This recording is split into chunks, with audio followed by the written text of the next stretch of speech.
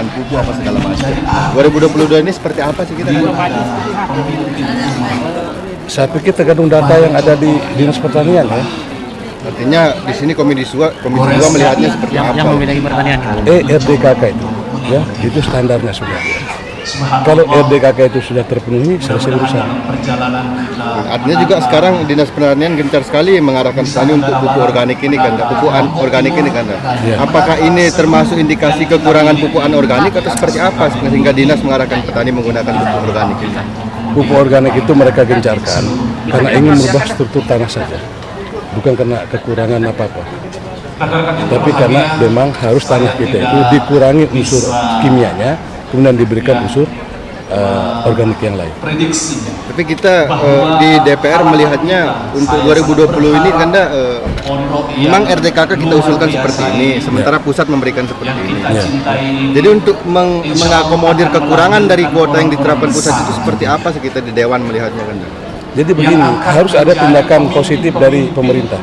Pemerintah harus meminta agar, terutama ini ya, pemerintah gubernur semuanya ya, gubernur yang menganggapnya sebagai penyangga pangan nasional, dia harus mulai meminta kepada pihak presiden misalnya di situ ya, agar kuota itu jangan sampai tidak sesuai dengan rekomendasi Badan Penelitian Pengembangan Pertanian itu. Kalau Balitan itu mengatakan bahwa NTB ini harus menggunakan 200 kg urea per 1 hektarnya, jangan berikan kurang dari itu.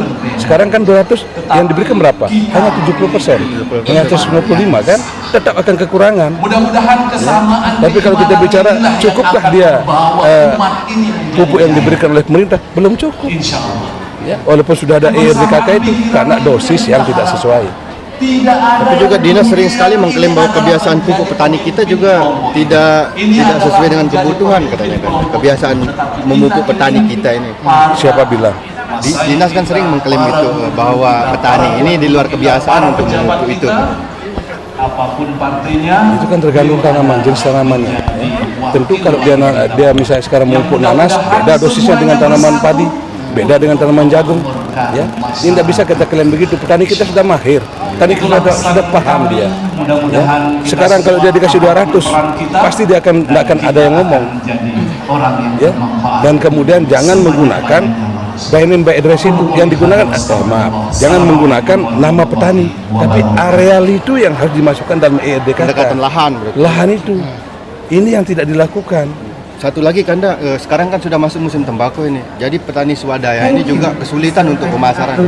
Kita melihatnya untuk di Komisi 2 seperti apa sih Kanda untuk petani-petani? Itu kemarin kan, kalau tahun depan ini enggak. Ya. Enggak berarti, Ya, petani swadaya berarti di kemana Ya, kan? artinya begini,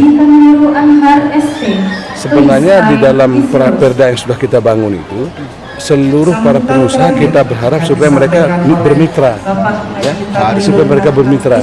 Bagi yang tidak bermitra, tidak masalah. Tapi nanti kan banyak gudang-gudang swadaya yang ada di situ. Coba lihat sekarang, harga turun, tapi mudah semua dibangun. Turun tangan pemerintah, panggil mereka, buat kesepakatan harga, selesai urusan. Ya. Baik, terima kasih banyak Kanda.